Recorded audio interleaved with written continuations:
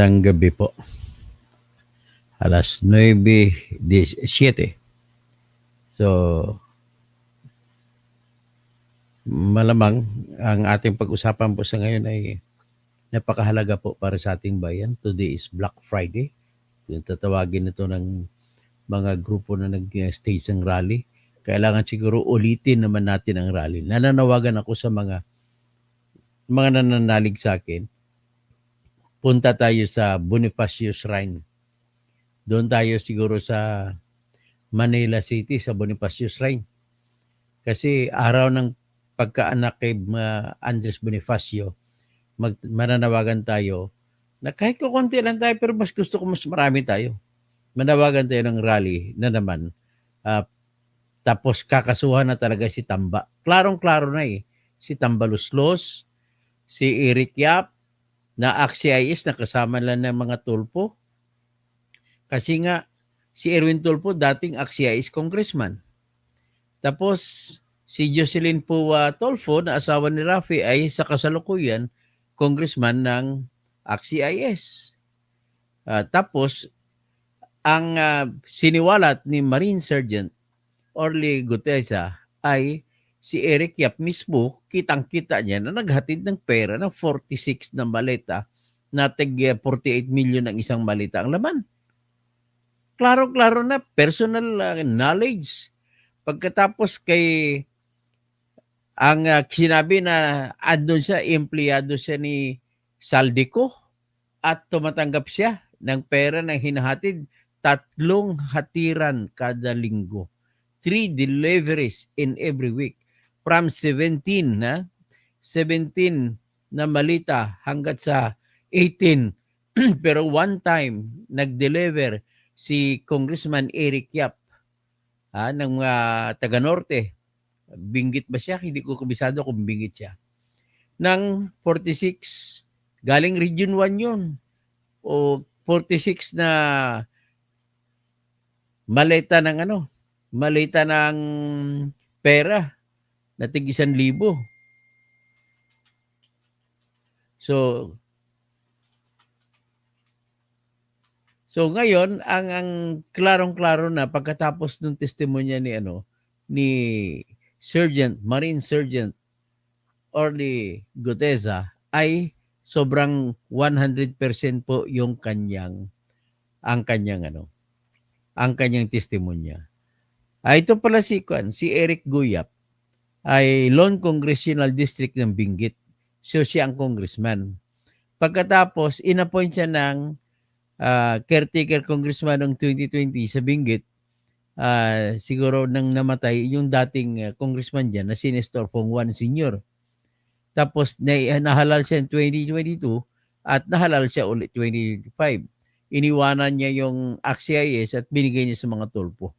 So yan po ang klarong istorya.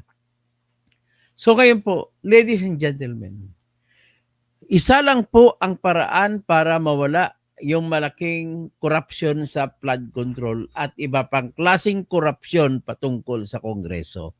Lahat po ng proyekto dyan sa Kongreso ay magkakaroon ng korupsyon, lalo ng ayuda at akap kung nandyan si Romualdez at saka si Saldico. Kung si Saldico lang alisin mo, papalitan lang yan ni Romualdez ng ibang tao na kanyang nautos. At alam mo ba kung bakit bakit dapat itanggalin si Romualdez? Sobrang sapat na po yung ebidensya. At nakakalumo. Bakit nang kinasuhan ni Remulla ay hindi kasama si Romualdez? Sino mga kinasuhan niya? Inanunsyo niya. Si Saldico, si Escudero, Chis Escudero, si Joel Villanueva, si Jinggoy, si Mitch Kahayon na dating congresswoman ng Caloocan. Tapos si alias Mina, si Yosek Beng Ramos. Yung Beng Ramos, ito yung pati si Mina na kasama niya, ito yung tinuturo ni Bryce Hernandez na magbibigay ng obligasyon, na tatanggap ng obligasyon, project kuno doon sa mga flood control na pinalabas ni Jinggoy sa 135 million. At ang mga hati daw si Mina Jose ng WJ Construction. at lumabas pa nga eh. Bakit hindi kay Jinggoy na opisina pumunta? Bakit kay Erwin Tulfo pumunta? Ay may laro sila diyan. Okay? Sunod pwedeng gawin ay kasangkapan ni Tulfo si Kwan eh, ni Jinggoy, di ba? Anak, pwede? Magkasangkapan sila tapos sabihin niya kay Tulfo, kay Erwin, ikaw na tatanggap ha. Pupunta dito yung maghatid ng taga Boluji Construction. Gumawa ka na lang ng dahilan. O, yan, gumawa ng dahilan. Kunwari, may pagawa sila trabaho dun sa fifth floor, sa veranda, sa Senate House. Trabaho, bakit kukuha ka ng private corporation, private contractor? Meron naman yan, trabaho ng Senado yan, engineering ng Senado ang gagawa yan. So anyway, sa tingin ko dyan, may usapan si Jinggoy tsaka si Erwin Tulfo. Pagkatapos, ang isa pang binanggit nila pangalan ay si Maynard Ngo, na siyang bagman daw ni Chis Escudero, na siyang kumuha ng pera kay Yusek Roberto Bernardo sa kay proyekto daw ni Chis Escudero. Tapos si Carlene Villa. Tapos yung Yusek Roberto Bernardo ay sinama na sa kaso. Si Engineer Henry Alcantara sinama na sa kaso. Si John Carlo Rivera sinama rin sa kaso. Si Linda Victoria Macanas sinama sa kaso. Tapos Sally Nicolas Santos, ito yung Sims Construction, kasama rin sa kaso. Si Jenny Mahusay, si Andre Balatbat, Engineer Bryce Hernandez, Engineer Jappy Mendoza, at saka isa pang engineer na kasama nila. Bakit wala si Romualdez? Sapat na po ang ebidensya, Mr. Bunjing Remulla. Bakit ganun ginagawa mo? Total, itong nilista na ito ay hindi pa naman ito kaso, kundi sinampahan lamang ng kaso ng National Bureau of Investigation para imbestigahan pa na mas malalim. So ano ang nakikita natin dito? Ang nakikita talaga natin dito na laro hanggang sa ngayon. Let me tell you na yung testimonya ni Orly Gozita ay sapat na po para makonvict si Tambaluslos at saka si Saldi Ko at saka si Eric Yap. Ngayon, gumagawa naman sila ng kwento na may kesyo yung abogada na nagnotaryo ay pikit daw yung kanyang ang notaryo dyan. Anak ng weting naman, no? O, siguro na lang, sabihin ko na lang, ganito po. Kalakaran po yan sa mga abogado na hindi po sila yung aktual na nagnonotaryo. Ang aktual na nagnonotaryo ay mga tauhan nila.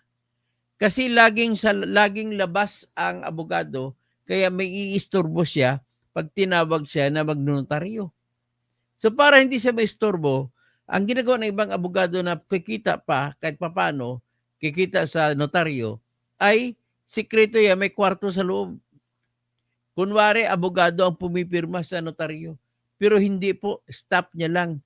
Ang ginagawa nila po ay maigsing pirma lang para kayang-kayang kopyahin nung tao nila na magnonotaryo. So, ang isang issue natin ngayon ay yung 21 ba ito na kakasuhan na hindi kasama si Tambaluslos o si Ferdinand Martin Gomez Romualdez ay bakit sapat naman ang ebidensya at bakit hindi ginamit ni Remulla ang testimonya ni Orly Goteza na siyang Marine Surgeon? Sabihin niya, hindi daw pumunta. Yun ang narinig ko. Pero hindi na po kailangan kung pumunta man o hindi. What is important is, pwede makuha ng Department of Justice ang transcript of stenographic notes ng testimonya ni sino to? Ni Sergeant Guteza sa Senado. Lahat yun, makukuha yun. Yun na yun. So ngayon, mamaya itatakel ko sa hiwalay na vlog, bakit dapat paniwalaan kahit totoo pa yung napiniki yung notaryo sa affidavit ni Orly Gutesa. Mamaya ko na pag-usapan yan. Basta isa sinasabi ko sa inyo, conclusion ko dyan ay magagamit po ang testimonya ni Gutesa para ilaban sa kaso laban kay Romualdez, kay Lizaldico at iba pa. Bakit may pinipili kayo na tao na hindi sinama sa kaso? Ang unang tanong ko dito ay, guilty ba si Romualdez? Sagot ko, opo. Pero ang problema po dyan sa lahat, kapag sinama nila si Romualdez, ay kasunod na nun si BBM. Si BBM po talaga ang pinakautak nitong trabahong ito. May pumalpak lang sila. So nagagalit lang si BBM kay Saldico at saka yung ibang kasama na, bakit kasi ginawa nyo na mahina, sobrang hina, natuklap tuloy? Bakit ginawa nyo pa na mayroon pang ghost project? Ay nako, kasama na nila sa kumpas-kumpas nila yun. So ngayon, ano ang mission nila sa ngayon? Sa totoo lang ito Kasama din si Remulla sa mission, si Ping Lacson, tsaka si Soto. Kasama din. Ang mission nila, kailangan po wag makasuhan si Romualdez. At isakripisyo na lang si Saldico kung maari. Pero ang gagawin nila, hindi nila pauwiin si Saldico. Kasi bakit? Pag umuwi po yan, ang katotohanan ng buhay, kahit na sabihin pa natin na sumulat si Saldico na uuwi daw siya, hindi po ako maniniwala na uuwi yan. Bakit naman ako maniniwala? Kung ang lakas-lakas ng ebidensya ni Sergeant, doon lang kay Sergeant, tapos na eh. At saka idudugtong mo yun sa testimonya ni Toby Chanco at testimonya ng mga engineers, si Bryce Hernandez, si JP Mendoza, sino pang iba, yung si Henry Alcantara, tsaka yung kasama nilang engineer sa First District ng Bulacan District Office. Sapat na po yan para makonvict. O ngayon, isa-isahin natin. Ano ang patunayan natin na nangawat si Romualdez? Ano ang katibayan natin na nangawat si Romualdez? Number one, evidence, yung ebidensya, yung testimonya ni Sergeant Gutesa na kung saan siya ay isa sa nagdi-deliver ng basura o di kaya pera mula sa kamay ni Saldico papunta sa bahay ni Romualdez. Wala nga siya doon. Paano patunayan? Sa laki po ng amount ng pera, wala na pong duda na alam yun ni Romualdez. Mabuti lang kung mga 5 milyon lang, 10 milyon, pwede nating sabihin na walang alam si Romualdez dyan. Ang dinideliver po, bilyon. Yung kinikwento lamang ni Sergeant Gutesa na 31 na maleta ng tag 48 million, 2.2 billion yun. Ang dami. So, ibig sabihin, imposible na tatanggapin lamang ng tao ni Romualdez at si Romualdez walang alam. At saka imposible naman na ipapadala ni Saldico kung hindi para kay Romualdez yun. Nang ibig sabihin po, bakit ang kay Saldico ang iniwan ay 11 lamang na maleta na tag 48 million ang isang laman? So kung 48 million sa 10, 480 million yan. Plus 48, 498 million ang magiging pera ni Saldico. So ngayon, bakit 2.2 billion pinadala niya? Sapagkat sigurado siya na si Romualdez ang tatanggap, kaya wala nang duda na si Romualdez ang tumanggap doon. At hindi na isauli. Walang pruweba na sinauli. Pero may pruweba tayo na hinatid. Grabe, yan ang katotohanan yan. So ngayon, ang isa pa dyan na magpatugtong ng ebidensya na walang duda kay Romualdez yan, ay yung halos linggo, hindi lang halos, kundi kada linggo, 3 delivery ng pera ang binibigay. Wala pong duda nito na nagsasabi ng totoo si Sergeant Gutesa kasi unang-una, marino siya, marine. Ganun po kataas ang tingin sa mga Marines, hindi nagsisinungaling. Ngayon, ang katotohanan pa na bakit siya nagsasabi ng totoo, detalyado niya. Detalyado ang kwento. Next is, may tinanong sa kanya si Lacson. Sabi niya, oh, kilala mo ba yan? Yung tagatanggap ni Saldico, kilala. 2 tao, kilala, napatango, napahanga nakita ko si Engineer Alcantara, napahanga. Katabi niya kasi si Engineer Alcantara. Ibig sabihin po, wala talagang kaduda-duda na nagsasabi na totoo itong tao ito. So ngayon, sabi nila, pikit ang notaryo. Ito lang masasabi ko. Mamaya tatalakayin ko kung bakit hindi na problema kahit piki pa yung notaryo publiko. Unang-una, totoo po yan. Mamaya ko na tatakil sa isang vlog. Anyway, totoo yan. Sabihin, wala na pong kawala si Tambaluslos. Bakit hindi sinampahan ng kaso ni Remulla kung may gana siya? Yan po ang katotohanan. Ngayon, naghihintay ako ng iba pang mga ebidensya na magbubukas ng kalsada papunta mula kay Tambaluslos papunta kay BBM. So lahat po yung SONA, yung State of Nothingness address ni Bongbong Marcos ay disenyo na yon. Huwag naman kayo, mahiya naman kayo. Sinabi lang yun, kunwari lang yun. Diskarte niya yun, naglagay siya ng una na panimula para yun ang susundin. At lalabas ngayon na wala siyang kasalanan. BBM, the number one evidence that you knew what will happen is because you did not disapprove. Hindi mo tinanggal sa budget yung mga flood control projects. 451 flood control projects, 451 billion ang nakalaan sa flood control projects yung inakyat sa opisina mo. Galing sa Bicameral Conference Committee ng House of Representatives at saka Senate.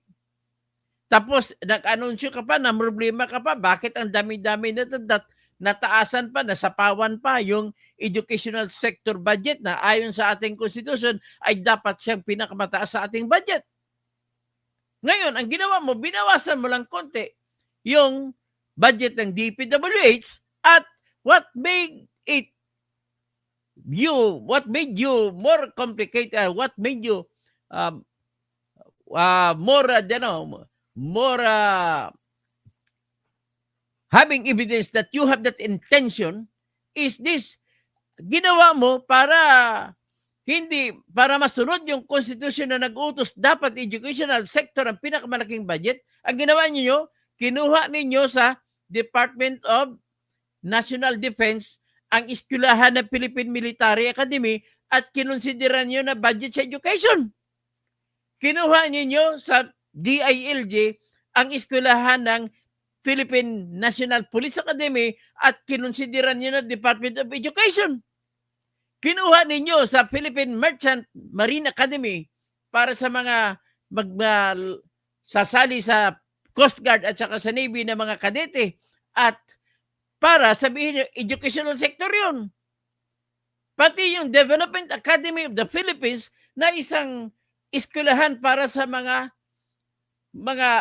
kawani ng gobyerno ay nilagay ninyo educational sector.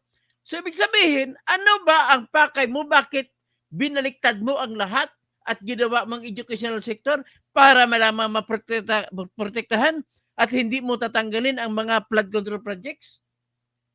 Isa pa, siyempre, iyan po nagpapatunay na may deliberate action ka na ikaw ang nagpanimula para sa flood control na ito. Ngayon, na nakawindang-windang, salamat naman po sa bagyong Krising, Dante at Emong at tinuklap lahat ng baha ang inyong mga flood control project. At hindi lang nabisto ang pagka-substandard, kundi nabisto pa na maraming ghost projects na hindi man lang ginawa. Na nakasingil na ang lahat. So, BBM, ikaw po ang culprit dito. Tapos, bago ka maging culprit, kailangan andyan muna si Tambaluslos. Si Tambaluslos po, sapat na po ang ebidensya laban kay Tambaluslos. Ito po ang mga ebidensya na minimum. Sapat na po ito. Madagdagan na lang ito. Sa dokumentasyon, pinakita ni Toby Chanko na siningit lahat ni Saldico. Napakarami. Next, alam naman natin si Saldico ay may kapangyarihan sumingit sapagkat siya po yung chairman ng tinatawag na Appropriations Committee. At sino ang magsasabi kung sino ang dapat sa Appropriations Committee? Walang iba, kundi yung speaker. Ang tanong, sino ba nagdidikta kung sino magiging speaker? Si BBM. In other words, what Tambaluslos is doing is also for the benefit and with full instruction and knowledge by the President of the Philippines. Ganun lamang po. Kaya hindi ka pwede makapagsabi, BBM, na wala kang kinalaman dito. So ngayon, yan ang dahilan kung bakit hindi nyo sinama sa investigasyon, Boying Remulla. Yan ang dahilan po kung bakit hindi mo sinama si Tambaluslos sa iyong investigasyon. Bakit? Si Saldico lang.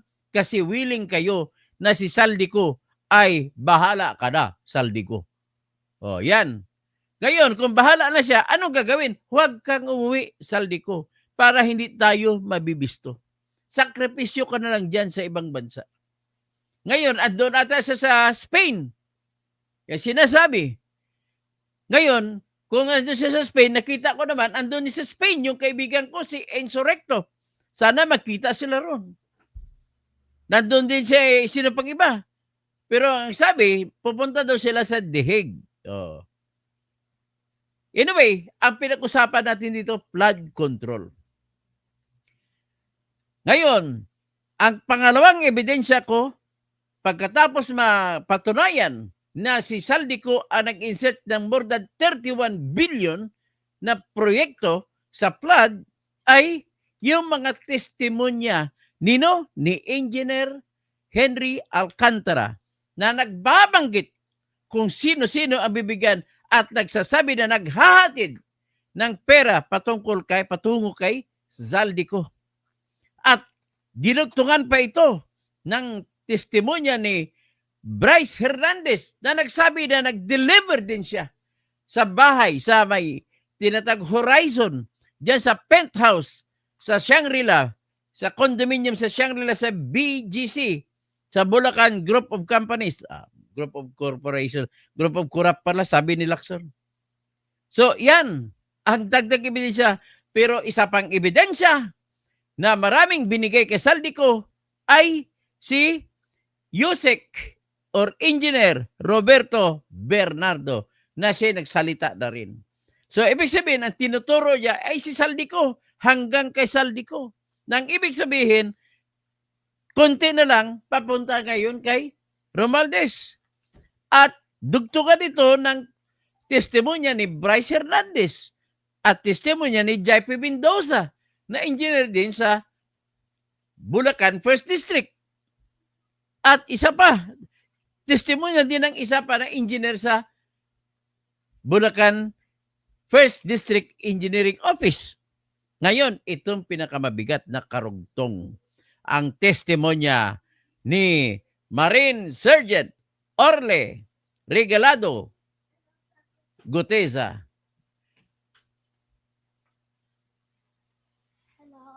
Hello. Oh, may apo. Hello.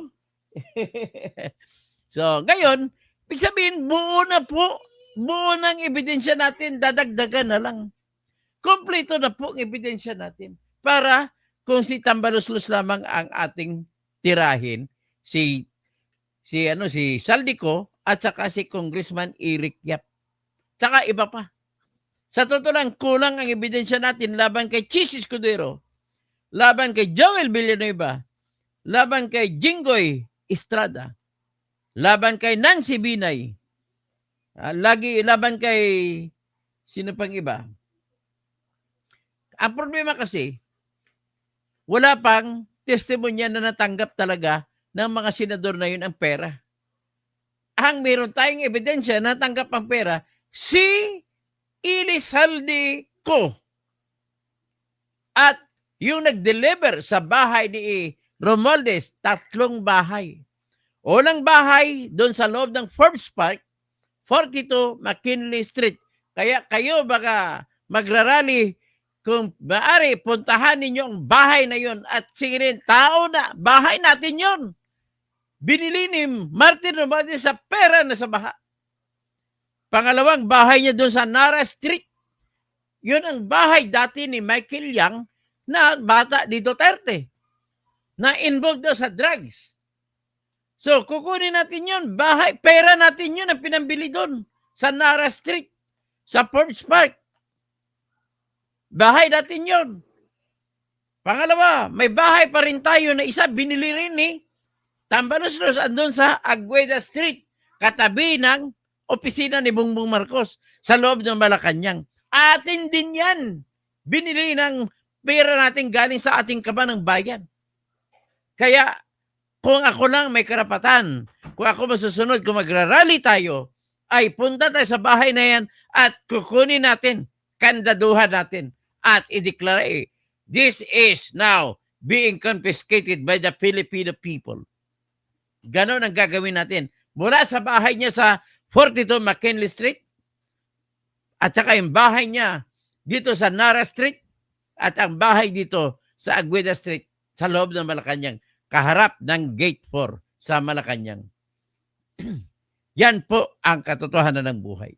So ngayon, ibig sabihin po, very clear ang lahat ng galawan para isalba si Tambaluslos. Kasi kung masalba si Tambaluslos, hindi na po tatawid ang ebidensya papunta kay BBM.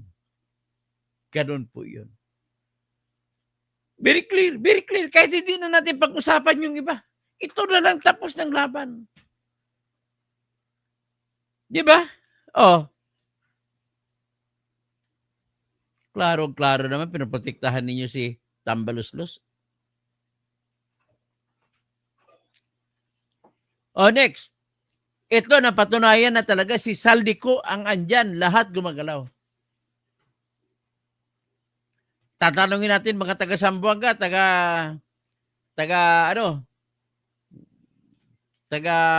Cavite na mga taga Cavite na Chabacano, mga Chabacano di Zamboanga, ha? Porke man si Saldi, ha? Porke Manix Dalipe. Bakit si Saldi? Kasi si Saldi, hindi makagalaw si Saldi kung siya lang sa sarili niya. Hindi niya kayang gawin magsingit-singit ng pundo kung siya lang. Ibig sabihin, mayroong isang malakas na pwersa sa likod niya na kinakatakutan ng mga senador at kinakatakutan ng lahat ng mga congressmen. Walang iba. Yung namimigay ng pera, si Romualdez. Kasunod na ebidensya ay hindi lang yung katotohanan na siya ang sa likod ni Saldico. Yung katotohanan na hindi maalis-alis sa pwesto si Saldi ay isa pang additional evidence. Bakit hindi siya maalis-alis? Siyempre, bibigyan niya ng pera ang lahat ng mga congressmen na pabor sa kanya at ibuboto siya lagi na speaker. Saan niya kukunin ang pera? Ang ginagawa niya po, ladies and gentlemen, niluluto niya tayo sa sarili nating mantika. Mula noong 2023, humingi ng budget si Speaker Romualdez. Ang binigay sa kanya ng National Expenditure Program o ng opisina ni Bongbong Marcos ay 16 billion pesos lamang. Ngayon, dumako tayo sa anong nangyari para sa 16 billion? Dinagdagan niya po ng 12 billion. Kaya nagiging 28 billion pesos ang budget ng House of Representatives sa 2023. 2024, humingi siya ulit, dinagdagan niya ulit na 12 billion. 16 din halos, so maging 28 billion ulit. Ginagawa niya po na confidential fund niya ay 12 billion. Diyan siya kumukuha ng pera pambigay sa lahat ng congressmen na para iboboto siya, na hindi siya kukontrain. May nakausap po ako na congressman. Inamin niya po, nang lumipat siya sa partido ni Tambaluslos, 5 milyon kagad ang binigay siya nung pumirma siya. Yung 5 milyon, hindi niya na kailangan bigyan ng resibo kung saan nagasta. Si Tambaluslos nagagawa. Sinabi nga ni Benji Magalong at saka sinuportahan ni Toby Chanco na 777. Pag kasama mo siya, pag may sortie, pupunta halimbawa sa Mindanao, magpipresenta sila ng bagong serbisyo fare. Bibigyan kagad ng 7 million ang bawat congressman. 7 million mula sa AKAP at 7 million din mula sa AX at another 7 million mula sa TUPAD o di kaya MAIP. Totoo yan. Diyan sa pamimigay ng pera ganon ay naalagaan niya ang mga congressmen na bubuto sa kanya. Ang problema, hindi niya ito pinapaliquidate sa mga congressmen na kinabinibigyan niya. Siya na bahala mag-liquidate. Mag-ibig sabihin liquidate, magsasubiti ka ng resibo sa kuha kung paano mo ginastos. Hindi, ginawa, nag-diskarte. Ngayon, 2025 na budget. 16 billion ulit ang nilagay ng Office of the President para budget ni Tambaluslos. Anong ginawa ni Tambaluslos? Dinagdagan na 16 billion.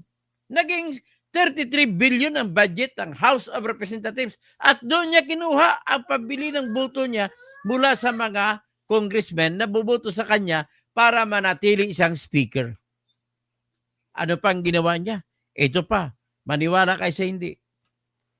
Kaya ang problema, sumasaludo sa kanya ang Senado kapag mayroong bicameral conference committee, hindi kumukontra ang Senado sa mga flood control projects na nilagay nila na Tambaluslos. Bakit?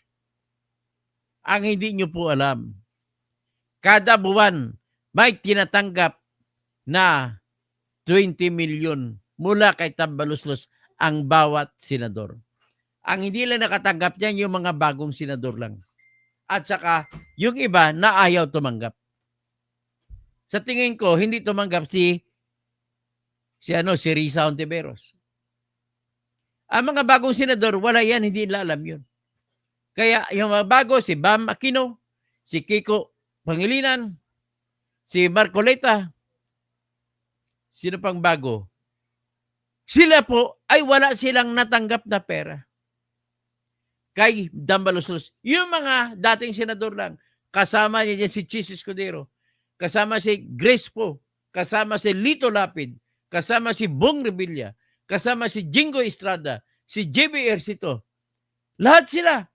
Si Coco Pimentel, si Mig Suberi, si Joel Villanueva, si Robin Padilla, at iba pa, binibigyan po sila ni Tambaluslos ng pera para hindi sila kumontra sa budget na isisingit ni Romualdez sa pamamagitan ni Elizalde. Yan po ang katotohanan. So kaya, ang gusto ko mangyari, i-demand natin, isulat nyo sa inyong mga Facebook, mga Instagram ninyo, mga Twitter ninyo, at saka mga TikTok ninyo, mag-vlog kayo, isulat ninyo, i-demand ninyo na kasuhan si Romualdez. Bakit hindi kinakasuhan? Sobra-sobra na pong ebidensya. At hindi talaga itong mag-shoutout na lang ako. Ay, nakaka-high blood talaga. Supremo GRDA, hindi na lulutang sa DOJ ang witness ni Marco. Hindi po siya piki. Hindi pa kahit piki pa, pero hindi ko niniwala piki po yung notaryo.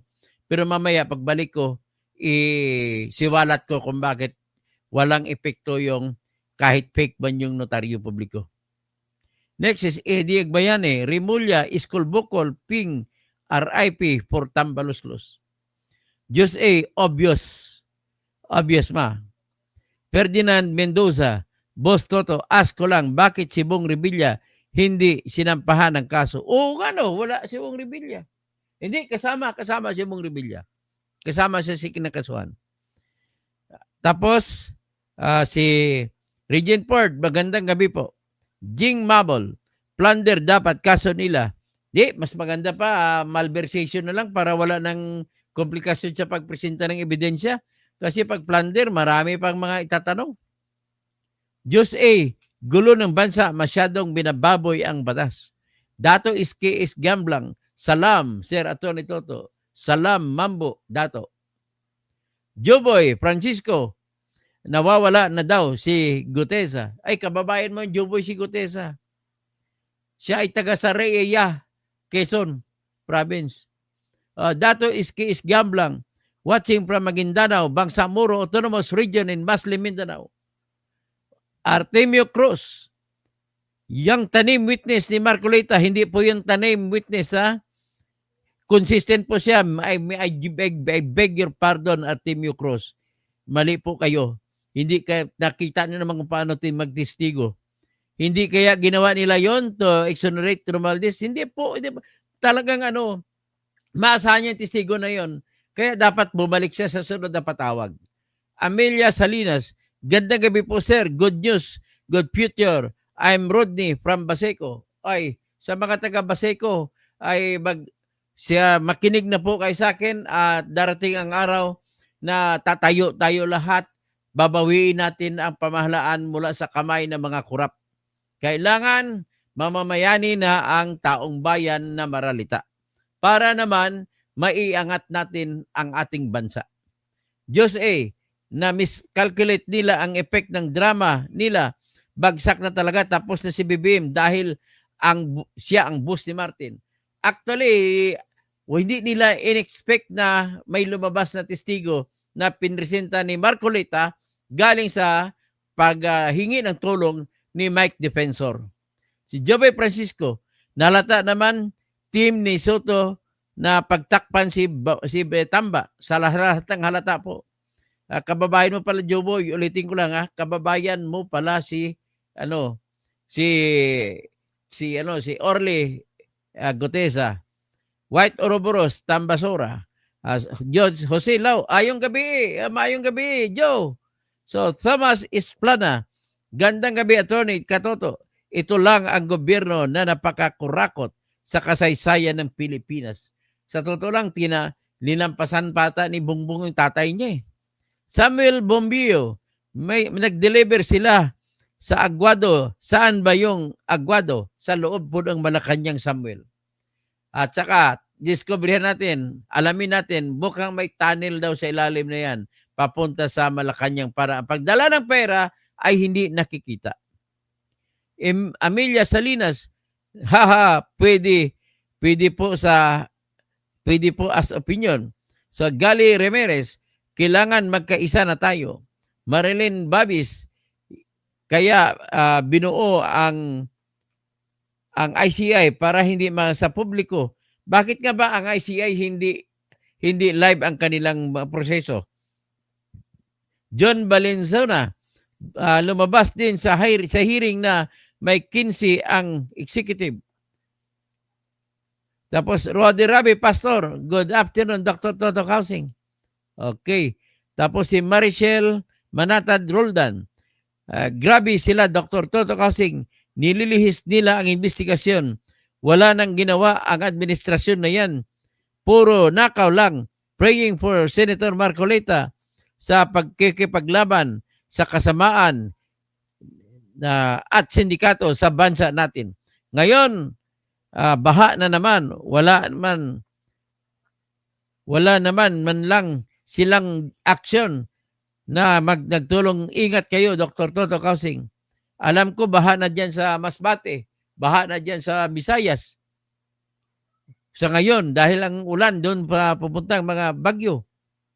So, watching from Pasay. Okay? Si Gerardo Mandalico, si Rodi Rabi, Bongski, Atty. Toto, hindi ka na napapaisip kung sino talaga ang nagpatumba kay Percy. Ang nagpatumba si Bantag po yan, ang ebidensya namin. Tingnan na lang natin si Bantag kung sino sa tao sa likod niya. Tapos si